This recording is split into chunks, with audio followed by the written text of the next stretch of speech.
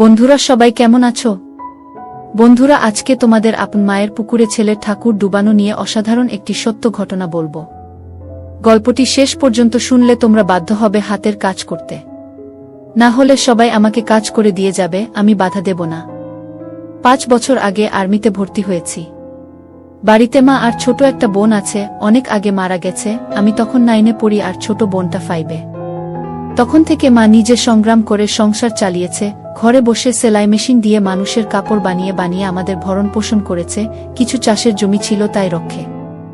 না তো আমার চাচা কাকারা যেমন হারামি এক মুঠো ভাত তুলে দেওয়ার মানুষ ছিল না।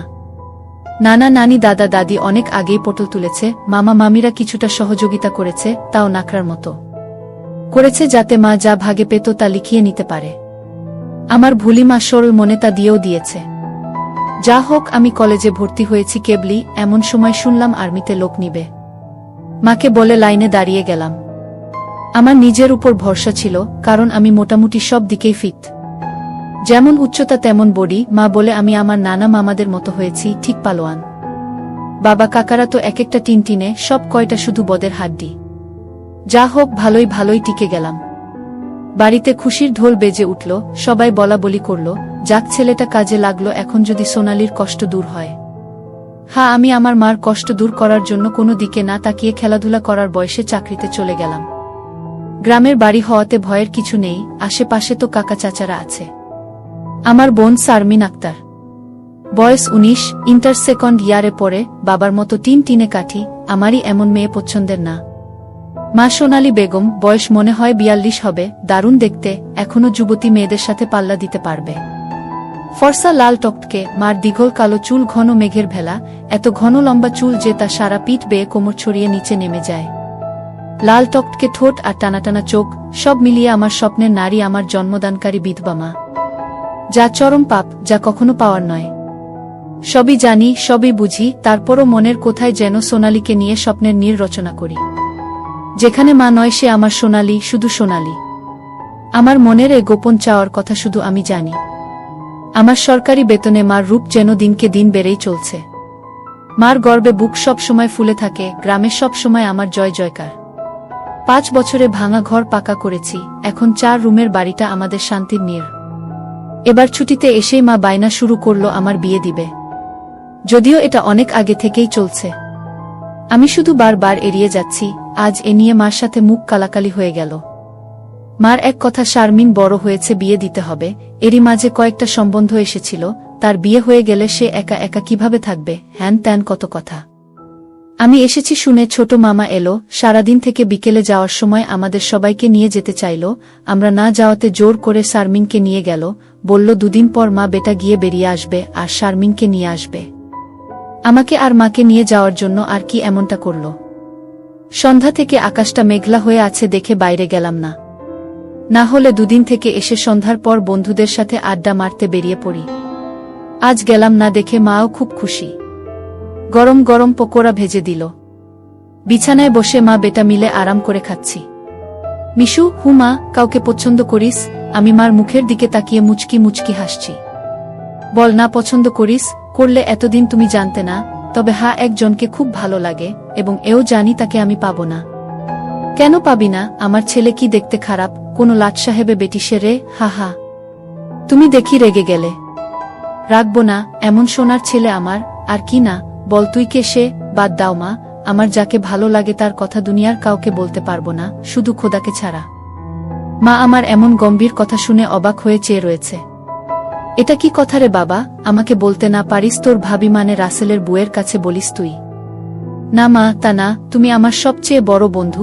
তোমাকেই যেহেতু বলতে পারছি না, সেখানে বলতে গেলে তারা তো আমাদের শত্রু, তাদের বলতে যাব কেন? তাহলে বল না, কে সে, কোথায় বাড়ি, কোনো বাড়ির মেয়ে? আমি চুপ করে বসে রয়েছি। মা অনেকক্ষণ আমার উত্তরের অপেক্ষায় থেকে মুখ গোমরা করে চলে গেল। ঘন ঘন বিদ্যুৎ চমকাচ্ছে, আকাশটা কালো হয়ে আছে, রাতের তারাগুলো না জানি কোথায় ডুব দিয়েছে। আমি জানালার গ্লাস খুলে দিয়ে ঠান্ডা হাওয়া গায়ে মাখছি। হাত বাড়িয়ে ব্যাগটা নিয়ে খুললাম, সিগারেটের প্যাকেটটা বের করে একটা ধরিয়ে টানছি। প্যাকেট রাখতে গিয়ে মোবাইলের বক্সটার কথা মনে পড়ল। শারমিনের জন্য যা যা এনেছিলাম সব দিয়েছি, শুধু মার গুলো দেওয়া হয়নি। চেয়েছিলাম দিতে, এমন সময় ছোট মামা এলো, তাই আর দেওয়া হয়নি। নতুন অ্যান্ড্রয়েড সেট, মা খুব খুশি হবে।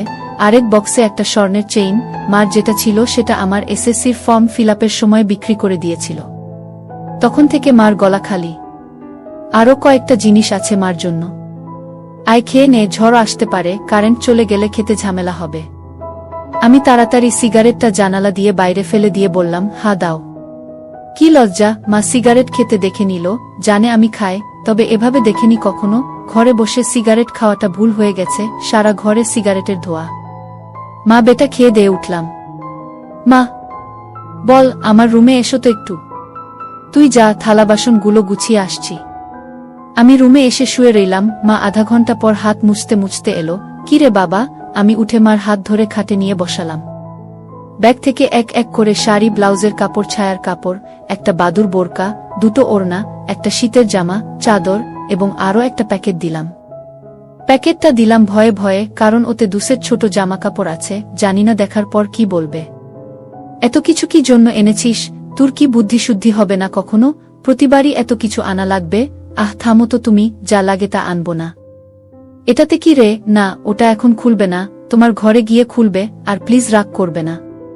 কি আছে এতে, তা তুমি খুলে দেখে নিও। আর হ্যাঁ, আরও কিছু আছে, এই বলে মোবাইলটা দিলাম। একটা থাকতে আরেকটা এত দামি মোবাইল, তোমার চেয়ে কেন কিছু দামি নয় আমার কাছে, এই বলে গালে একটা হামি দিলাম। মাও আমার কপালে হামি দিল। চোখ বন্ধ করো তো। কেন রে? আহ বন্ধ করো না একটু। মা হেসে দিয়ে চোখ বন্ধ করল। আমি চেইনটা মার গলায় পরিয়ে দিলাম। এখন চোখ খুলো মা। মা চোখ খুলে স্বর্ণের চেইনটা দেখে হুহু করে কেঁদে দিল। না মা না, কাঁদবে না, প্লিজ মা, কেঁদে না, তোমার মুখে হাসি দেখব বলে নিয়ে এসেছি, সেখানে তুমি যদি কাঁদো তাহলে আমার খুব কষ্ট হবে মা। না রে বাবা, কাঁদছি না, তুই বুঝবি না এটা কিসের কান্না। খুশি হয়েছ মা? হা রে বাবা, অনেক খুশি হয়েছি। এই বলে মা দাঁড়িয়ে উঠে আমাকে ধরল। আমি তো কেঁপে উঠলাম। মা কখনো এভাবে আমাকে ধরেছে বলে মনে পড়ে না। ইস কি নরম, কি সুন্দর ঘ্রাণ, ও দুটো আমার বুকে পিষ্ট হচ্ছে। মা অনেকটা খাটো হওয়াতে তার মাথাটা আমার থুতনির নিচে, চুল থেকে সুবাস এসে নাকে লাগছে। নাক মুখ ডুবিয়ে দিলাম চুলে। ধীরে ধীরে আমার ওটা শক্ত হচ্ছে। মন চাচ্ছে হাত দুটো আরেকটু নিচে নিয়ে রাখি, তবে সাহস পাচ্ছি না। মা আমার যা রাগী মানুষ, ছোটবেলায় কত বেদপিটা করেছে তার হিসাব নেই। মার মুখটা দুহাত দিয়ে ধরে কপালে একটা হামি দিলাম। আর কখনো কাঁদবে না মা, আমি যেন তোমার চোখে পানি না দেখি। আচ্ছা বাবা, আর কাঁদব না। তো যাও, লাল তাঁতের শাড়িটা পরে দেখাও তো, দেখি কেমন লাগে আমার মাকে। যা পাগল, আমি বিধবা মেয়ে লোক, এমন লাল টকটকে শাড়ি পরলে মানুষে কি বলবে? কে কি বলল তাতে তোমার কি যায় আসে? আর এখানে মানুষ আসবে কোথা থেকে? মানুষের সামনে না পড়তে চাইলে পড়ো না, এখন আমাকে তো পরে দেখাও। আমার খুব মন চাইছে সাজুগুজু করে কেমন লাগে দেখতে। তাই ইস আমার বাবা এনেছে, আর আমি পরব না তা কি হয়? তবে মানুষের সামনে কখনো পড়তে বলিস না রে। ঠিক আছে মা, আমি শুধু আমার সুন্দরী মাকে দুচোখ ভরে দেখতে পেলেই হলো। যা দুষ্টু, মাকে কেউ সুন্দরী বলে? হা হা, তাই? তাহলে কি বলবো গো? হিহি, তুই জানিস কি বলবি। বেয়াদবি নিও না, প্যাকেটে যা আছে তাও পড়ো। কি আছে রে এতে? যাও খুলে দেখো। মা চলে গেল। আমি পিছন থেকে দেখে মুগ্ধ হয়ে গেলাম। এ মহিলার কি কখনো যৌবনে ভাটা পড়বে না? প্রায় 15 মিনিট পরে মা এলো। অসম্ভব, এ কাকে দেখছি আমি? এতদিন এক পেরে শাড়িতে যে মাকে দেখেছি তার সাথে এ মহিলার কেন মিল নেয়? কি সুন্দর, অতুলনীয়, গর্জিয়াস, মার্ভেলাস, যতই উপমা দিই না কেন কম পড়ে যাবে।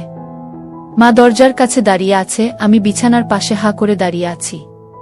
মা ভীষণ মায়াবী করে হেসে চোখের ভ্রুর উঠানামা করে জানতে চাইলে, কি কেমন? আমি ধীরে ধীরে মার সামনে গিয়ে দাঁড়ালাম। কি রে, কেমন হয়েছে? দারুণ মা, খুব সুন্দর, মনে হচ্ছে অ্যাঞ্জেল। যা দুষ্টু, মাকে এমন কমপ্লিমেন্ট দিতে হয়? আমার 10 পাস মা যে এমন কথাও বলতে পারে জানা ছিল না। সরি মা বলে হাত ধরে বিছানায় নিয়ে বসালাম। আমি নিচে বসে মার কোলে মাথা রাখলাম। তুমি সব সময় এমন ভাবে থাকতে পারো না মা? মা আমার মাথায় চুলে হাত বুলিয়ে দিয়ে, কি পাগলের মতো বলছিস? মানুষে দেখলে কি বলবে? তাহলে বলো, আমি যে কয়দিন থাকবো সে কয়দিন এমন করে সেজে থাকবে কেন রে? আমার খুব ভালো লাগে মা। হি হি পাগল, আচ্ছা থাকবনি। আমি মুখ উঠিয়ে মার মুখের দিকে তাকিয়ে, ওগুলো পড়েছ মা? যা শয়তান, কিছু তো শরম কর। মার জন্য কেউ এসব আনে? জানি না মা কেউ আনে কি না, তবে বাবা থাকলে হয়তো আমিও আনতাম না। সে নেই দেখে মনে হলো আমার মার তো ভালো মন্দর খোঁজ রাখার কেউ নেই, তাই নিজেই রাখি। রাগ হয়েছ মা? না রাগ হয়নি, কিন্তু আর আনিস না। কেন মা, পছন্দ হয়নি নাকি সাইজে হয়নি? সব ঠিক আছে। তবে তবে কি মা? মা লজ্জায় মুখ ঘুরিয়ে নিয়ে, তুই এনেছিস ভাবলে পড়তে শরম করে রে। আজ থেকে আমাকে ছেলে নয় বন্ধু ভাববে, তাহলে আর শরম করবে না। হবে মা আমার বন্ধু। যাহ পাগল, সমবয়সী না হলে কি বন্ধু হওয়া যায়? এ যুগে ওসব পুরনো কথা মা। তাই বলে মা ছেলে, হামা ছেলে, এতেই তো ভালো, একে অপরের কাছে আসা যায়। তুই অনেক বড় হয়ে গেছিস দেখি, কি সুন্দর কথা বলছিস। তা তো অবশ্যই, কয়দিন পর তোমার ছেলে সেকেন্ড লেফটেন্যান্ট অফিসার হবে। খুব ভালো হবে রে বাবা, খুব ভালো হবে। এমন সময় বিদ্যুৎ চলে গেল। মোবাইলটা জ্বালাতো মিশু, দেখি চার্জার বাতিটা কোথায় আছে। থাক না মা, এমন কি সুন্দর তোমার কোলে শুয়ে আছি। জানো মা, পাহাড়ি এলাকায় একা একা পোস্টে ডিউটি দেওয়ার সময় এমন স্বপ্ন রোজ দেখি। প্রতিদিন মনে হয় তোমার কোলে শুয়ে একটু যদি। ঠিক আছে, এমনই থাক, তোর যত মন চাই। ধন্যবাদ মা। হি হি পাগল। মা হু, আজ আমার পাশে ঘুমাবে একটু? কেন রে, মন চাচ্ছে তোমাকে ধরে ঘুমাতে। ঠিক আছে, যা সদর দরজাটা বন্ধ করে ঘরগুলোতে ছিটকানি লাগিয়ে আয়। আমি উঠে লাফাতে লাফাতে চলে গেলাম। আজ আমার খুশি ধরে না, কিছু হলে হতেও পারে। এক জগ পানি নিয়ে এলাম সাথে করে। এসে দেখি মা শুয়ে পড়েছে। টেবিলে জগটা রেখে খাটের পাশে দাঁড়ালাম। মা দেয়ালের দিকে সরে গিয়ে আমাকে জায়গা করে দিল। বজ্রপাতের আলোতে মার মুখটা মায়াবী মায়াবী লাগছে। খোলা জানালার হিম বাতাসে আমার মনে ঝড় তুলছে। জানি না মার মনে কি চলছে। মনে হচ্ছে মা তার স্বামীকে পাশে শোয়ার জন্য জায়গা করে দিল। মা নতুন বউ, আমি তার স্বামী। দাঁড়িয়ে রইলি যে, শুবি না? হাসুই।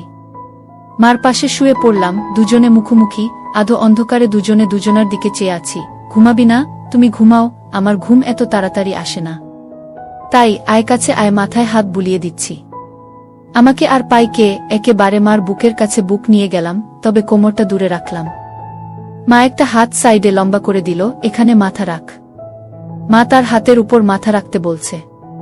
আমি সহজ মনে তাই করলাম। নাকটা মার বগল থেকে ৩-৪ ইঞ্চি দূরে। ভালো মতো দেখতে না পেলেও বুঝতে পারছি যে এর বেশি দূরে নয়, কারণ ঘামের ঘ্রাণ পাচ্ছি। মার বগলের ঘ্রাণেই তো আমার শরীর আনচান আনচান করছে। মার বাম হাতের উপর শুয়ে আছি। মা ডান হাত দিয়ে মাথায় হাত বুলিয়ে দিচ্ছে, এতে করে আঁচল উঁচু হচ্ছে। আর যখনই বিদ্যুৎ চমকাচ্ছে তখনই ওগুলো দেখতে পাচ্ছি। নিজেকে কন্ট্রোল করা মুশকিল হয়ে পড়ছে। মিশু, হু, কাকে পছন্দ করিস বললি না তো? শুনলে রাগ করবে মা, তাই বলা যাবে না। কেন কেন, এমন কাকে তোর মনে ধরেছে যে শুনলে রাগ করব? বাদ দাও না মা, নিজেকে তোমার কাছে ছোট করতে চাই না তোমার মনে কষ্ট দিতে। তোর কথার তো আগা মাথা কিছুই বুঝছি না। নাইবা বুঝলে মা, হু। তোমাকে একটু ধরি। মা হি হি করে হেসে, ধর। কি সুন্দর ঘ্রাণ গো মা তোমার। যা শয়তান। আমি মার এমন আশকারা দেওয়া কথায় সাহস পেয়ে তাকে চিৎ করে দিলাম। মন চাচ্ছে কোমরাটা উপর তুলে দিতে। মুখটা উঁচু করে হামি দিয়ে বললাম, আমি তোমাকে খুব ভালোবাসি মা। মা আমার মুখটা দুহাত দিয়ে ধরে, আমিও তোকে খুব ভালোবাসি রে সোনা। আমার ভালোবাসাটা অন্যরকম মা। কেমন রে? মা ছাড়া আরো অনেক কিছু। কেমন? শুনলে রাগ করবে না তো? আহ বল না, এত পেঁচাচ্ছিস কেন?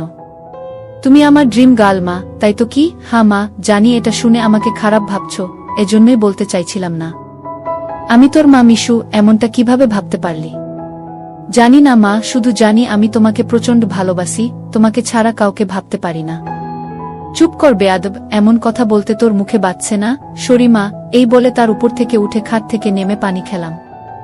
মাও বিছানার উপর উঠে বসেছে। বুঝতে পারছি সে অবাক হয়ে আমার দিকে তাকিয়ে আছে। জানালার ধারে গিয়ে দাঁড়ালাম। বৃষ্টি থেমে গেছে, তারপরও আকাশ কালো হয়ে আছে। চাঁদ তারা কোথায় যেন লুকিয়ে গেছে আজ। ঠিক আমার হৃদয়ের মতো চারিদিকে অন্ধকার। এমন সময় কারেন্ট এলো। ঘরটা আলোকিত হয়ে গেল। আমি জানালাটা লাগিয়ে দিলাম, পর্দা ঝুলিয়ে দিয়ে ঘুরে দাঁড়ালাম। মা বিছানার উপর হাঁটুতে মাথা দিয়ে নির্বাক বসে আছে। ফ্যানের হাওয়া আমার রেশমি চুলগুলো দোলা দিচ্ছে। মনে হচ্ছে নববধূ বসে আছে। মা মুখ তুলে আমাকে তার দিকে এক মনে তাকিয়ে থাকতে দেখে, এখনে আয়। আমি মার কাছে গেলাম। বসলাম। মা আমার পিঠে হাত বুলিয়ে দিয়ে বলে, এমনটা হয় না বাবা, আমার লক্ষ্মী সোনা ছেলে। আমি কিছু মনে করিনি। আমি জানি তোদের বয়সের ছেলেদের ফ্যান্টাসি হয় খালা, চাচিরা। তবে মাকে নিয়ে ফ্যান্টাসি রচনা করা একটু বেশি হয়ে যায়। সরি মা। আমার ভোলি ভালি মা যে এতটা বুঝে, এতটা পোক্ত আমার জানাই ছিল না। এত অনেক শেয়ানা। ঠিক আছে, চেষ্টা কর আমার উপর থেকে মনটা সরিয়ে অন্যদিকে নিতে, বিয়েটা করে নে, দেখবি সুন্দরী বউ পেলে মাকে ভুলে যাবি। আমি মাথা নিচু করে, পারবো না মা, প্লিজ, নিজের সাথে অনেক লড়াই করেছি, আমি ক্লান্ত মা, কিছুতেই তোমাকে মন থেকে সরাতে পারি না। কেন রে, কি এমন পাস আমার মাঝে? আমি মুখ তুলে মার মুখের দিকে তাকিয়ে, জানি না মা, শুধু জানি তুমি আমার সব, তোমার কথা চিন্তা করলেই আমার কি তোর পাগল হয়ে যায় মা। মা মুচকি হেসে, ও কিছু না, নিষিদ্ধ জিনিসের প্রতি টান একটু বেশিই হয়, আমি তো বুড়ি হয়ে গেছি, তুই যেমনটা ভাবিস তেমনটা আমি আর নেই। মার এমন কথা শুনে আমি কেঁপে উঠলাম। মা কি ইশারায় আমাকে বুঝালো যে তার জিনিসপত্র আর আগের মতো নেই, দেখলে আমার পছন্দ হবে না? দেখ বাবা, এক একজনের এক একজনকে ভালো লাগে, তাই বলে কি তাকেই নিজের করে পেতে হবে এমন কেন কথা আছে? অন্য কেন মা হলে এসব কথা শোনার সাথে সাথে চিৎকার চেঁচামেচি করে বাড়ি মাথায় তুলত। আমি কিন্তু তা করছি না, কারণ তুই আমার একমাত্র ছেলে, নারী ছেঁড়া বাঁধন, তোকে আমি অনেক ভালোবাসি, তাই বলছি আমার ভালোবাসার মর্যাদা রাখতে বিয়ে করে নে বাবা, দেখবি ধীরে ধীরে আমার থেকে মন বোমার দিকে চলে গেছে। ধন্যবাদ মা, তুমি আমার কথা মন দিয়ে শুনেছ এবং যুক্তি দিয়ে ভালো মন্দের বিচার করেছ বলে। তবে লজ্জা না করে বলছি মা, এর আগেও আমি দু একটা মেয়ের সাথে মিশেছি, তারা শুধু সুখ পেয়েছে আমার কাছে, আদর ভালোবাসা একটুও পাইনি আমার কাছ থেকে। এমনকি আমার নিজেরও হয় না যতক্ষণ চোখ বন্ধ করে তোমাকে না ভাবি।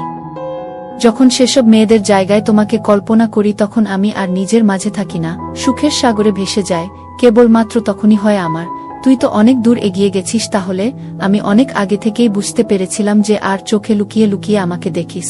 ভাবতাম শয়তান ছেলে পুলে, আরেকটু বড় হলে সমবয়সী মেয়েদের সাথে মিশলে ঠিক হয়ে যাবে, কিন্তু এখন দেখছি তা না, তোর দেখি বয়স্ক মহিলাদের ভালো লাগে। এতক্ষণ মার সাথে এত খোলামেলা কথা বলতে পেরে নিজেকে অনেক হালকা লাগছে। সাহস করে মাকে ধরে শুইয়ে দিলাম। মা চুলে হাত বুলিয়ে দিচ্ছে। আমি তাহলে কি করব মা, সেটাই তো ভাবছি। যেটাই ভাবো মা, আমার মতো পরিবর্তন হবে না। মানে কি? মানেটা তুমি ভালো করেই জানো। মার কণ্ঠে এবার সত্যি সত্যি রাগের আওয়াজ পেলাম। তাই বলে সারা জীবন বিয়ে করবি না, নাকি ছেলে হয়ে মাকে বিয়ে করতে চাস? মা যে এমন কথা ঠাস করে বলে বসতে পারে তা আমি চিন্তাই করিনি। আমি বললাম, বিয়ে না করতে পারলেও তো তুমি আমার হতে পারো। এটা কি মামা বাড়ির আবদার নাকি? ছি ছি মিশু, এমনটা বলতে তোর মুখে বাঁধল না? তাহলে সারা জীবন ছেলেকে এভাবেই দেখতে পাবে মা, তোমার এই মিশু কখনো বিয়ে করবে না। মার চোখে জল টলমল করছে, আমি হাত দিয়ে তা মুছিয়ে দিলাম। আমি তো এমন কিছু করিনি মা, তাহলে তুমি কাঁদছো কেন? আমরা দুজন জাস্ট আলাপ করছি। মা অনেকক্ষণ চুপ থেকে, শুন বাবা, লজ্জা শরমের মাথা খেয়ে বলছি, তোর কষ্ট আমি দেখতে পারবো না। আর বয়স্ক মহিলাদের কাপড় চোপড়ের উপর থেকেই কেবল ভালো লাগে, খুললে নয়। তুই যদি চাস তাহলে আমাকে সেভাবে একবার দেখে নে, তাও তুই মতো পরিবর্তন কর।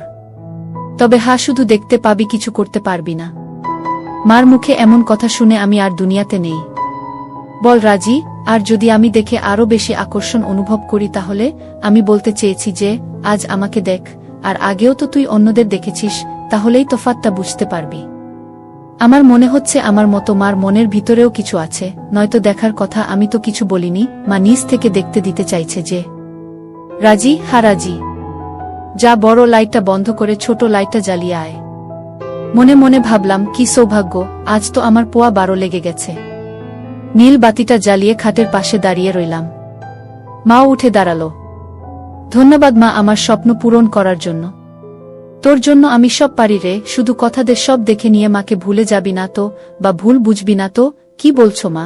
তুমি আমার মা, আমার স্বপ্নের রানী, আমার ফ্যান্টাসির জগৎ, সব কিছুই তুমি। তোমাকে ভুলে গেলে তো নিজেকেই ভুলে যাওয়া হয়। কথা দিলাম মা, জীবন থাকতে তোমার অবাধ্য হব না। ভুল বুঝা বা ভুলে যাওয়া তো দূরের কথা। আমি বললাম, কিছু মনে করো না মা, আমি কি ছুঁয়ে দেখতে পারবো? মা আমার চোখের দিকে তাকিয়ে, আমি তোর মা মিশু। মা, তুমি আমার মা এবং আমার স্বপ্নের রানীও। আমি পিছন দিকে গিয়ে শাড়ির আঁচলটা ফেলে দিলাম।